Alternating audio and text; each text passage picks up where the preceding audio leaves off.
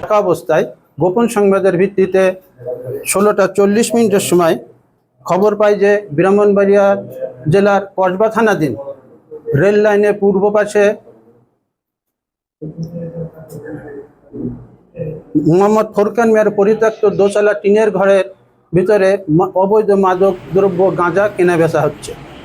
এই সংবাদের প্রেক্ষিতে র্যাবের একটি আভিযানিক দল ঘটনাস্থলে উপস্থিত হলে র্যাবের উপস্থিতি টের পেয়ে সংঘবদ্ধ মাদক ব্যবসায়ীরা পালানোর চেষ্টা করে। সঙ্গীয় ফোর্সের সহায়তায় ঘটনাস্থল থেকে আসামি মোহাম্মদ রাসেল মিয়া ওরফে মাহিনকে গ্রেপ্তার করে এবং অন্য আসামি পালিয়ে যেতে সক্ষম হয়।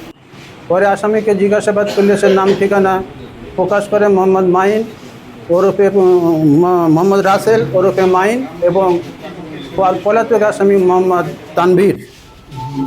পরবর্তী তাকে ব্যাপক জিজ্ঞাসাবাদের এক পর্যায়ে সে ফোরকান মিয়ার দোতলা টিনের ঘরের ভেতর থেকে কৌশলে মাটির গর্ত করে তার ভেতরে গাঁজা রাখার কথা স্বীকার করে। তার দেখানো মতে তার হেফাজত থেকে সেখান থেকে মোট 8টি পাটের বস্তার ভেতরে হতে 24টি ছোট ছোট বস্তা উদ্ধার করা হয়।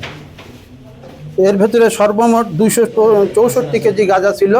উক্ত গাঁজাগুলো ঘটনাস্থলে উপস্থিত সাক্ষীদের মোকাবেলায় 17টা 50 ঘটিকার সময় জব্দ করা হয়।